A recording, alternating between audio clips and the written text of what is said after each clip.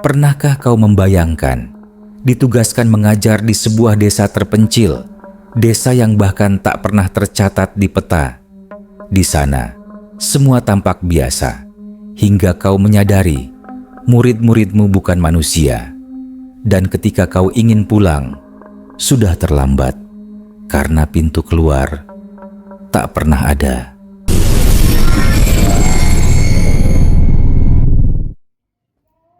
Namanya Ibu Ratnasari, seorang guru honorer yang sudah 6 tahun mengajar di kota kecil Jawa Tengah. Hidupnya sederhana, hanya bergantung pada gaji minim dan beberapa les tambahan. Pada suatu pagi, ia dipanggil oleh Kepala Dinas Pendidikan. Dengan senyum samar, Kepala Dinas menyodorkan surat keputusan. Bu Ratna, mulai minggu depan, Anda dipindah tugaskan ke sebuah desa di pelosok. Nama desanya Desa Waringin Jati. Kami butuh guru yang tangguh di sana. Anggap saja, ini kesempatan mengabdi. Ratna mengangguk. Meski hatinya sedikit berat, ia tak punya pilihan lain. Guru honorer sepertinya tak pernah bebas menolak. Ia hanya bisa menerima. Hari berikutnya, Ratna mulai mencari tahu di peta. Aneh, nama desa itu tak ia temukan di Google Maps.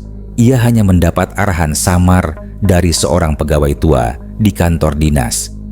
Kalau ibu ke arah selatan, nanti ada jalan tanah bercabang. Ambil yang ke kiri, dari situ terus saja. Jangan berhenti, walau jalan terasa makin sepi. Desa itu memang jarang dicatat di peta, Bu. Tapi ada kok, jangan khawatir. Kata-kata itu menempel di benaknya. Perjalanan menuju desa itu terasa panjang. Mobil travel yang ia tumpangi hanya mengantar sampai kecamatan terakhir. Dari sana, ia harus menumpang ojek. Jalanan makin sempit, dipenuhi pepohonan besar yang seolah menutup cahaya matahari. Burung gagak sesekali melintas. Udara dingin menusuk meski hari masih siang. Bu, desa ini memang jarang dilewati orang, tapi penduduknya ramah, kata tukang ojek yang mengantarnya. Senyum di wajahnya tampak kaku. Setibanya di desa Waringin Jati, Ratna merasa ada yang janggal. Rumah-rumah di sana tampak kuno, berdinding kayu dan bambu. Penduduknya menatapnya dengan tatapan kosong. Ada yang tersenyum, tapi senyumnya lebar, tak wajar. Ada pula yang hanya berdiri diam di depan rumah, menatapnya hingga hilang di tikungan. Ratna disambut seorang lelaki tua yang mengaku kepala desa. Namanya Pak Sastro. Selamat datang, Bu Guru. Kami sudah lama menunggu. Anak-anak kami butuh pendidikan, katanya dengan suara parau. Ratna mengangguk meski hatinya semakin tidak enak. Sekolah yang ia datangi sederhana, berdiri di tengah sawah luas. Bangunannya kayu tua dengan cat mengelupas. Ada papan bertuliskan SD Negeri Waringin Jati. Tapi papan itu seakan baru dicat, meski bangunannya tampak lapuk. Keesokan harinya, Ratna mulai mengajar. Murid-muridnya duduk rapi.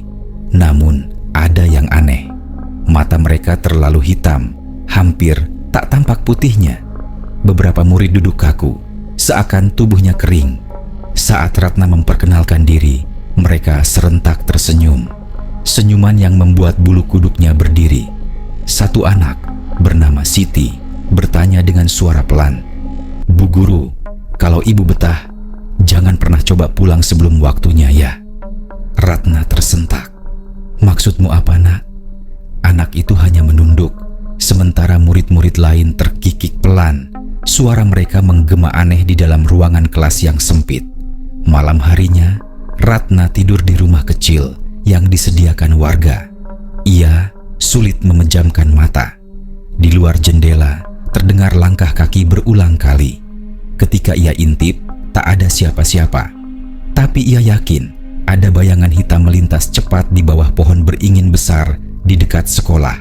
Dan untuk pertama kalinya, Ratna merasa penugasan ini bukan sekadar tugas mengajar. Ada sesuatu yang jauh lebih gelap menunggunya di desa Waringin Jati. Pagi berikutnya, Ratnasari bangun dengan kepala berat. Malam sebelumnya, Ia hanya tidur sekilas, terjaga berkali-kali karena suara-suara asing di sekitar rumah dinas kecil yang ia tempati.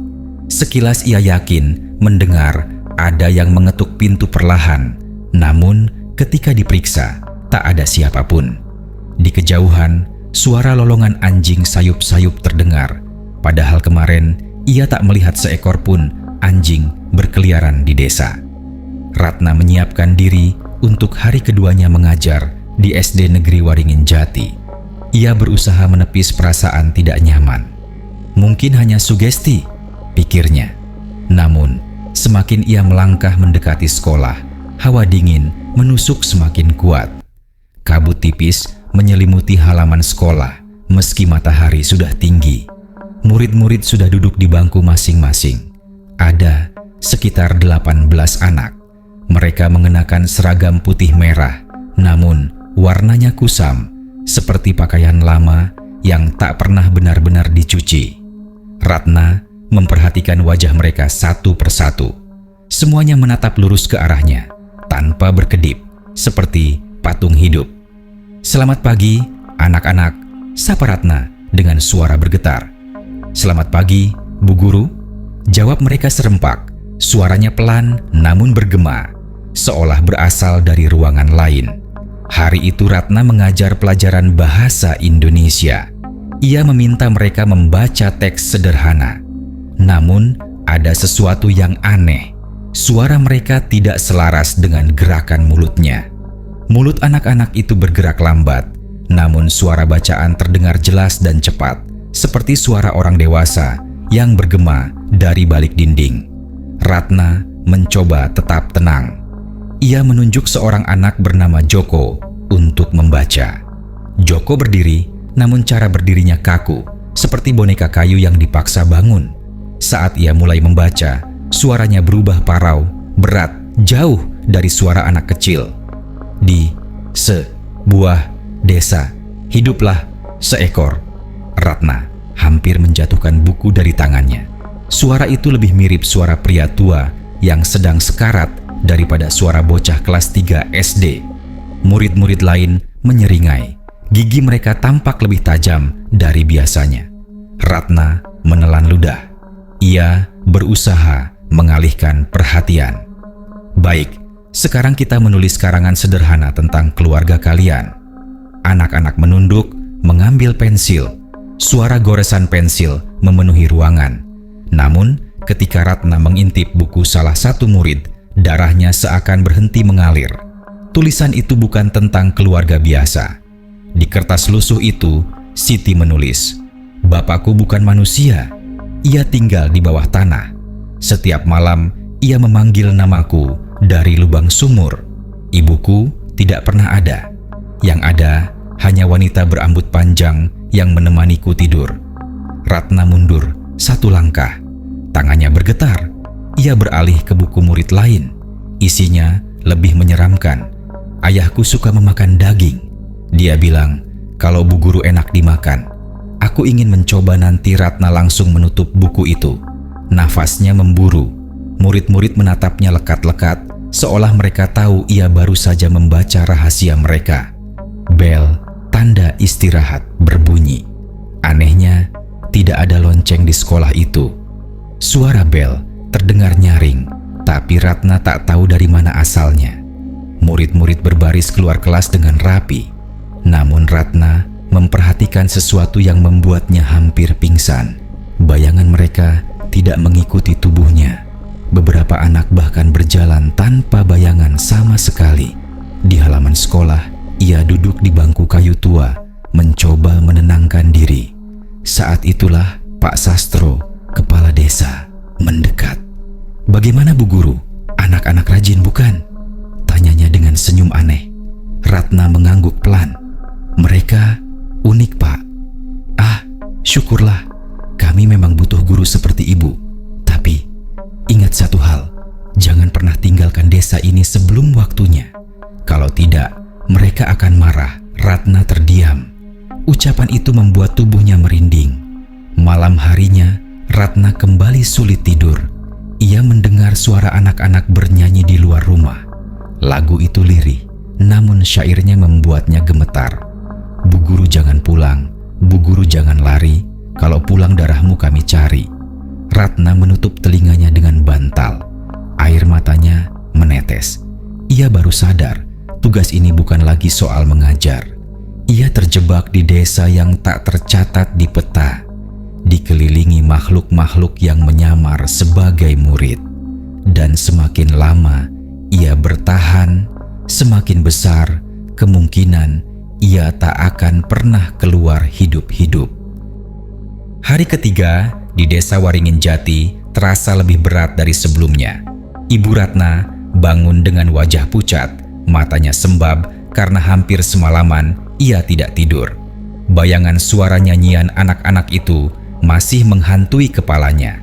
Namun, sebagai guru, ia tetap berusaha menguatkan diri.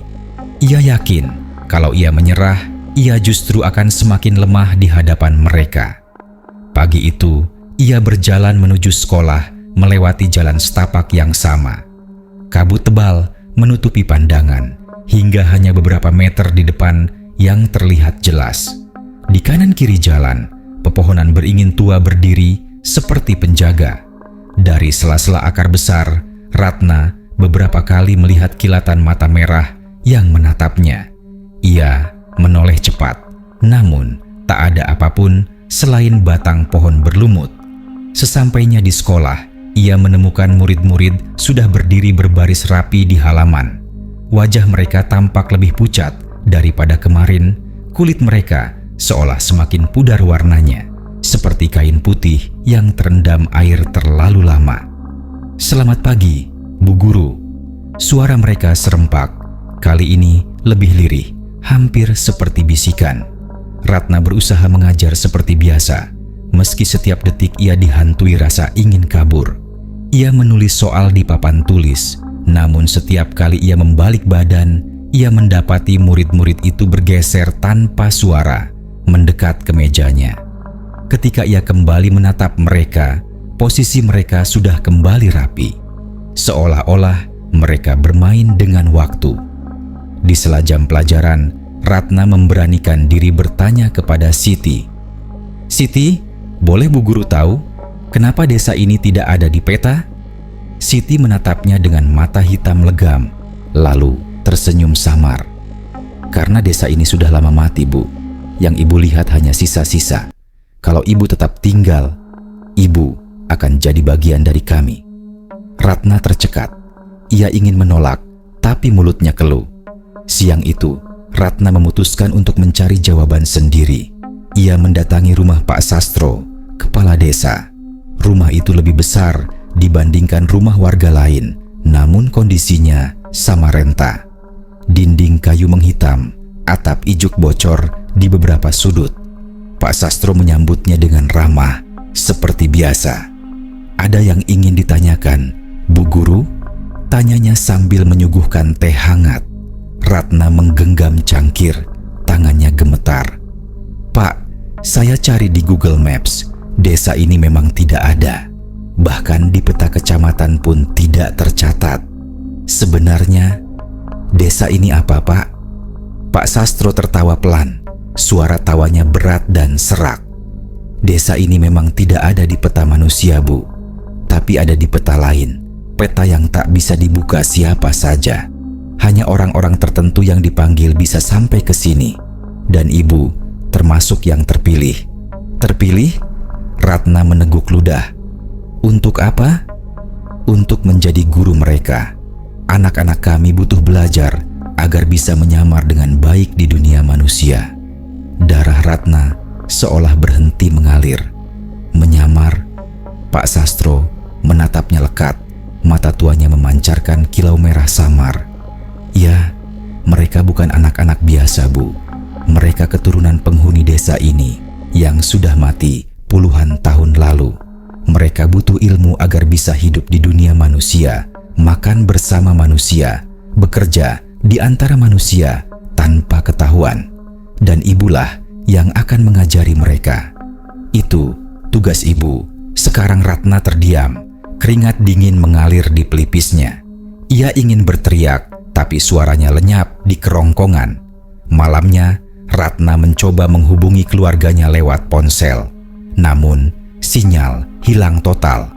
Anehnya, layar ponsel menampilkan tanggal yang berbeda. Tahun 1997.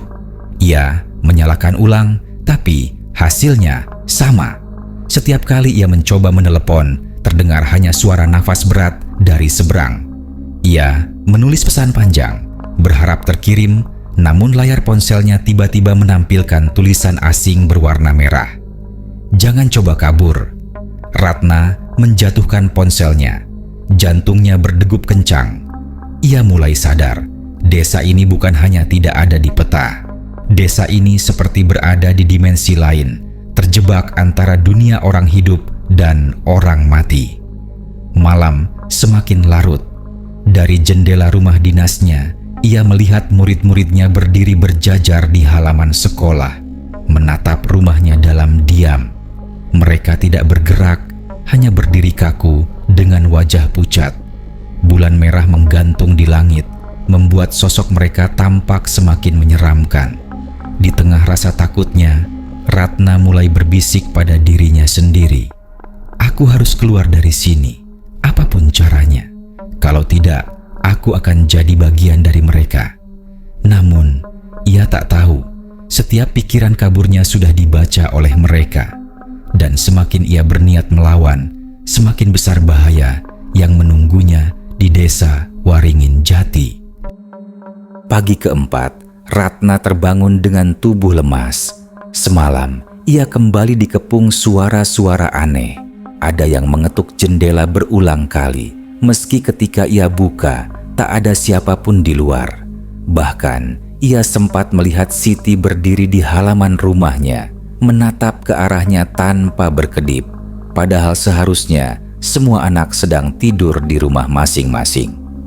Ratna memutuskan sesuatu hari itu. Ia harus mencari jalan keluar dari desa ini. Ia tidak bisa lagi berpura-pura menjadi guru bagi makhluk-makhluk itu.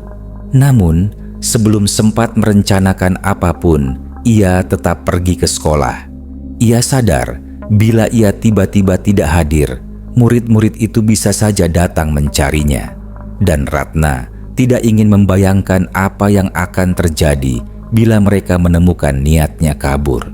Di kelas, suasana semakin janggal. Murid-murid duduk seperti biasa, tetapi wajah mereka tampak makin menyerupai mayat. Kulit pucat, bibir kebiruan, beberapa bahkan tampak membusuk di ujung telinga dan leher. Bau anyir samar memenuhi ruangan. Ratna menulis soal matematika di papan tulis, tangannya bergetar.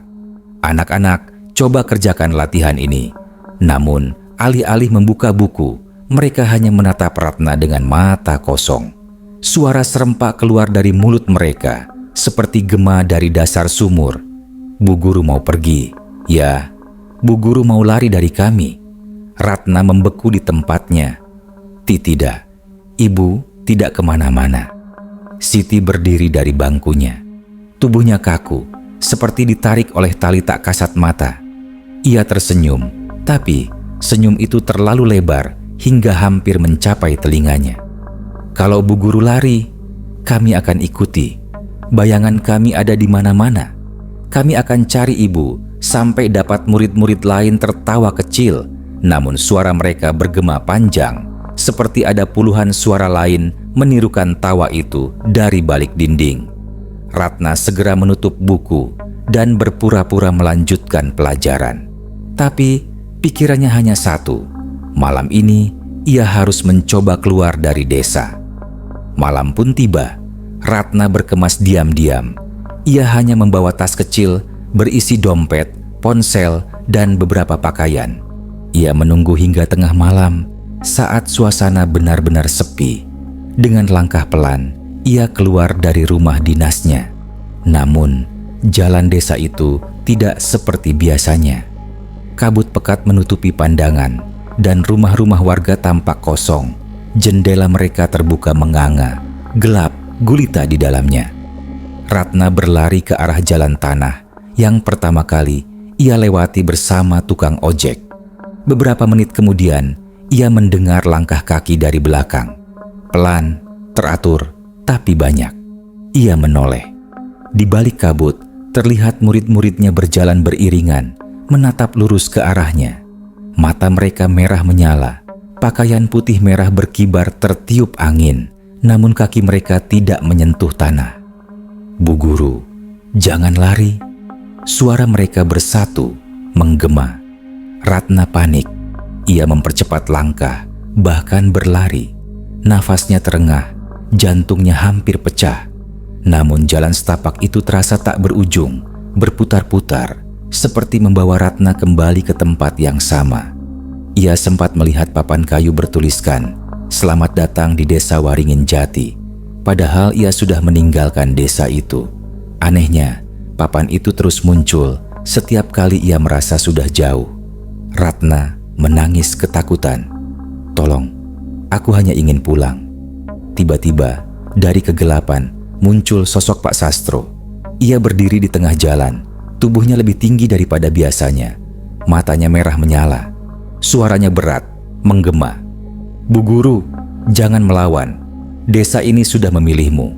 Sekali kau masuk, tak ada jalan keluar." Ratna gemetar, mundur perlahan. Murid-murid di belakangnya semakin dekat. Wajah mereka kini jelas. Kulit membusuk, mata kosong, gigi tajam mengintip dari balik bibir. Ratna menjerit sekencang-kencangnya, lalu berlari ke arah berlawanan. Ia tak peduli kemana, yang penting menjauh. Namun, semakin ia berlari, semakin desa itu menutup dirinya. Pohon-pohon beringin besar seolah bergerak, menutup jalan. Bayangan murid-murid muncul di setiap sudut. Akhirnya, Ratna tersungkur di tanah. Tubuhnya gemetar hebat. Murid-murid itu kini mengelilinginya, membentuk lingkaran.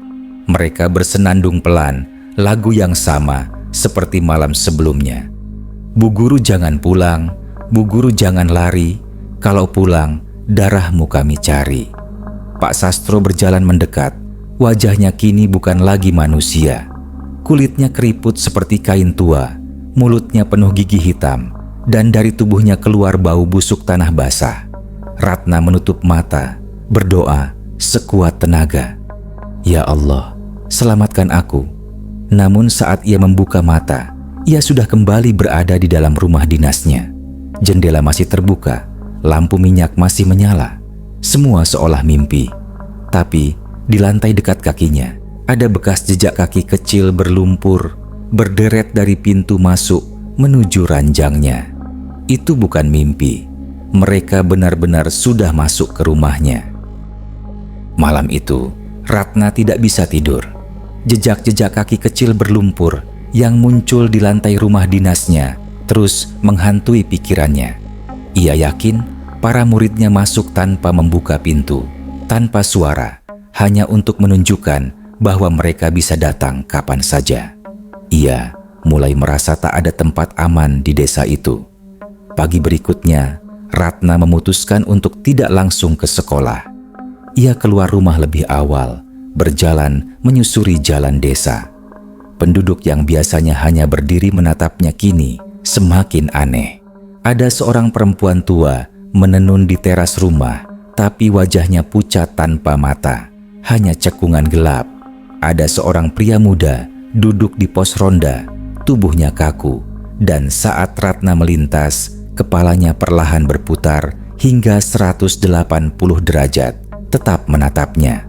Ratna hampir menjerit, tapi ia menggigit bibirnya kuat-kuat, memaksa diri untuk tetap berjalan. Ia merasa semakin jelas seluruh penduduk desa ini bukan manusia. Mereka adalah bagian dari rahasia besar yang selama ini ditutup rapat. Tujuannya satu, pohon beringin besar di ujung desa, dekat dengan sekolah. Sejak pertama datang, ia selalu merasa pohon itu berbeda. Batangnya lebar, akarnya menjulur seperti tangan raksasa, dan tiap malam ia sering melihat bayangan hitam keluar masuk ke dalamnya. Saat ia mendekat, hawa dingin luar biasa menyelimuti tubuhnya. Kabut pekat muncul meski matahari sudah tinggi. Ratna menempelkan telapak tangannya ke batang pohon, dan tiba-tiba ia mendengar bisikan-bisikan samar. "Masuklah, lihat kebenaran, lihat asal kami." Tanpa sadar, ia melangkah lebih dekat. Dari celah akar besar, terlihat lubang hitam menyerupai gua kecil. Bau anyir dan tanah busuk menyeruak keluar. Ratna menunduk, mengintip ke dalam, dan seketika tubuhnya gemetar hebat. Di dalam lubang itu, ia melihat ratusan tengkorak manusia berserakan. Beberapa masih memiliki sisa rambut panjang, pakaian lusuh, bahkan ada yang masih utuh dengan wajah setengah membusuk. Namun yang paling mengerikan, tengkorak-tengkorak itu masih bergerak. Rahangnya membuka dan menutup, seolah berbisik tanpa suara.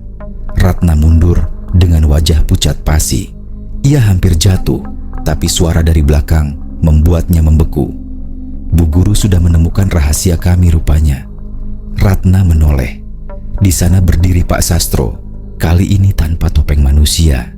Wajahnya dipenuhi retakan seperti tanah kering, matanya merah menyala, lidahnya menjulur panjang berwarna hitam. Tubuhnya membesar, menjulang hampir 2 kali lipat manusia biasa. Ratna terisak. "Apa yang sebenarnya kalian inginkan dariku?" Pak Sastro melangkah pelan. Tanah bergetar setiap kali kakinya menapak. "Kami ingin ibu tetap tinggal. Kami butuh guru, bukan hanya untuk anak-anak, tapi untuk kami semua. Agar kami bisa kembali hidup seperti manusia, menyamar dengan sempurna, keluar dari desa ini, masuk ke dunia kalian." "Tidak, aku tidak akan." Belum sempat Ratna melanjutkan, dari arah sekolah terdengar suara riuh. Murid-muridnya berlarian menuju pohon beringin. Wajah mereka kini bukan lagi anak-anak. Mata mereka melotot putih, lidah panjang menjulur, kuku mereka hitam tajam. Namun, seragam putih merah tetap melekat di tubuh mereka, menciptakan pemandangan yang mengerikan. Siti berdiri di depan, rambutnya terurai panjang menutupi setengah wajah. Ia menatap Ratna sambil tersenyum. "Bu Guru, sudah waktunya ikut kami." Jangan lawan Ratna mundur, tapi punggungnya sudah menempel pada batang pohon beringin. Ia merasa terperangkap. Murid-murid semakin mendekat, menyanyikan lagu lirih yang kini lebih cepat, lebih ganas. "Bu Guru jangan pulang, Bu Guru jangan lari. Kalau pulang darahmu kami cari." Ratna berteriak histeris. Ia berlari ke arah sawah, meninggalkan pohon beringin dan murid-murid itu. Nafasnya tersengal, kakinya hampir tersandung. Namun setiap kali ia menoleh, mereka tetap mengikuti, berlari tanpa menyentuh tanah, mendekat dengan kecepatan tak wajar. Ratna akhirnya kembali ke rumah dinasnya. Ia masuk, mengunci pintu, menutup semua jendela. Namun suara tawa anak-anak memenuhi udara, mengelilingi rumah.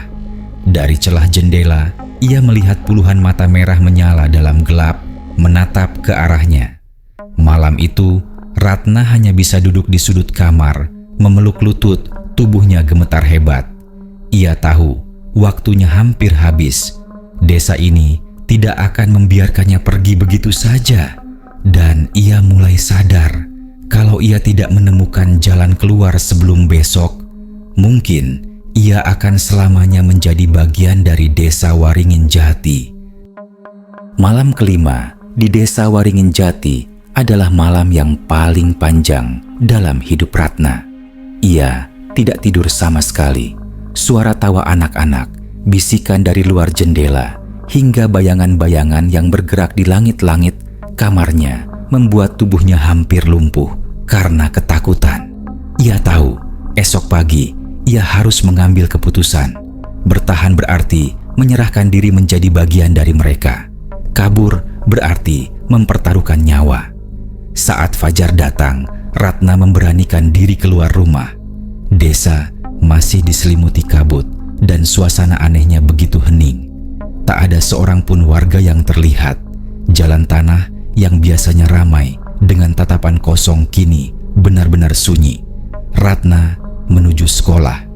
Ia tahu jawabannya mungkin ada di sana atau di pohon beringin yang ia lihat kemarin. Namun, semakin ia mendekat, hatinya semakin berat. Bangunan sekolah itu tampak lebih lapuk dari sebelumnya. Jendela-jendelanya terbuka, tirai putih kotor berkibar ditiup angin. Di papan nama yang biasanya bertuliskan SD Negeri Waringin Jati, kini catnya mengelupas, menyisakan tulisan samar, Sekolah Dasar Arwah. Ratna tercekat.